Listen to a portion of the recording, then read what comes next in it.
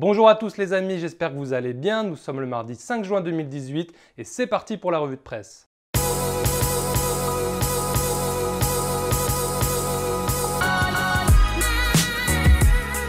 On commence cette revue de presse tout de suite en Catalogne où Sport fait sa une sur Antoine Griezmann.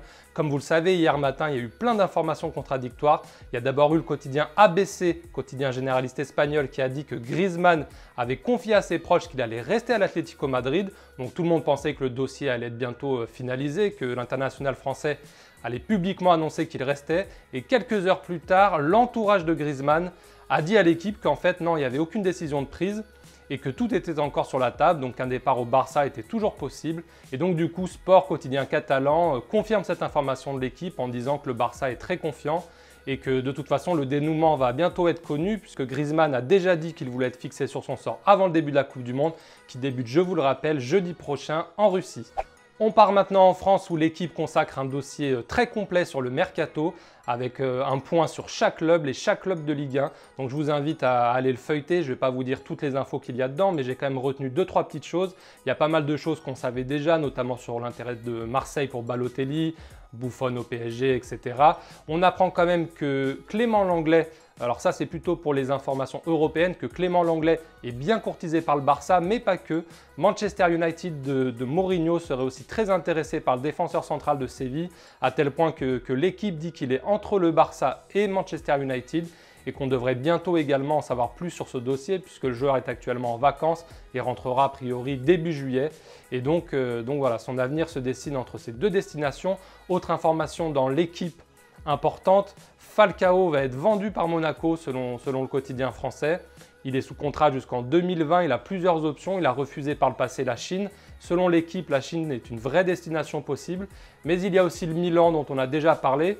Mais le problème du Milan, c'est, vous le savez, avec le fair play financier, ils pourraient être privés de Coupe d'Europe, ils n'auront peut-être pas les mains libres pour faire ce qu'ils veulent sur le marché des transferts. Donc ça risque d'être compliqué, mais en tout cas, c'est quand même une option. En parlant de Falcao, on le retrouve aussi en une de la Gazzetta dello Sport ce matin qui confirme justement la piste du Milan AC. Morata serait a priori la priorité des rossoneri s'il n'y a pas de sanction de l'UEFA. S'il y a une sanction, le Milan compterait se rabattre sur Falcao. Et comment vous allez me dire? A priori en vendant André Silva et donc avec cet argent sans doute tenter de recruter l'attaquant colombien. La Gazzetta parle aussi d'une information dévoilée hier soir par Di Marzio sur Sky Italia, à savoir une rencontre entre les dirigeants bordelais, les agents de Malcolm et les dirigeants de l'Inter, sachant que Bordeaux réclamerait entre 40 et 50 millions pour sa pépite brésilienne. On reste en Italie, mais on file à Turin où Tuttosport confirme l'intérêt du Real Madrid pour Allegri, mais ajoute que la Juventus est très confiante dans ce dossier et est persuadée qu'Allegri ne va pas partir cet été. Tuttosport parle aussi encore de Memphis Depay du côté de l'AC Milan et assure même que Depay a été promis à Gattuso par le directeur sportif du Milan. Mais là, comme pour Morata et Falcao, ça dépendra évidemment du fair play financier. On devrait en savoir plus sur ce point-là dans les prochains jours. On retourne maintenant en Espagne où la presse madrilène ne parle pas du successeur de Zinedine Zidane mais plutôt de Neymar, encore une fois le joueur du PSG. AS fait même sa une avec plusieurs déclarations récentes mais aussi un peu plus passées de joueurs du Real Madrid qui disent en gros voilà Neymar on te veut au Real Madrid. Donc voilà, la presse madrilène n'a pas d'infos supplémentaires mais continue chaque jour d'entretenir le feuilleton Neymar. Quand c'est que ça va s'arrêter? On ne sait pas mais on espère pour les supporters parisiens le plus vite possible. Et on termine enfin cette revue de presse en France où France Football consacre également un dossier au mercato mais avec cette fois un angle un peu plus fantasy.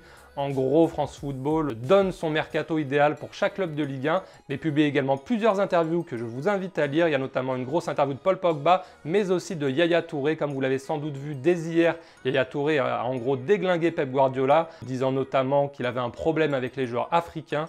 Et cette déclaration se retrouve ce matin en une de tous les tabloïds anglais. C'est incroyable, tous, que ce soit le Daily Mirror, le Daily Star, le Daily Mail. Je vous mets des petites captures d'écran, mais voilà, ça fait un gros buzz en Angleterre. On devrait sans doute en entendre parler encore dans les prochains jours. Je vous rappelle également que Yaya Touré, dans son interview à France Football, a aussi parlé de l'Olympique de Marseille, disant qu'il était très intéressé par le projet. Yaya Touré à l'OM, c'est une rumeur qui a quelques semaines maintenant, mais qui est revenue sur le devant de la scène hier. Et qu'il faudra suivre certainement avec attention puisque Yaya Touré est libre de tout contrat au 30 juin. Voilà, c'est tout pour cette revue de presse du jour. J'espère que ça vous a plu et je vous donne rendez-vous sur la chaîne YouTube dès demain pour une nouvelle revue de presse. Bonne journée à tous.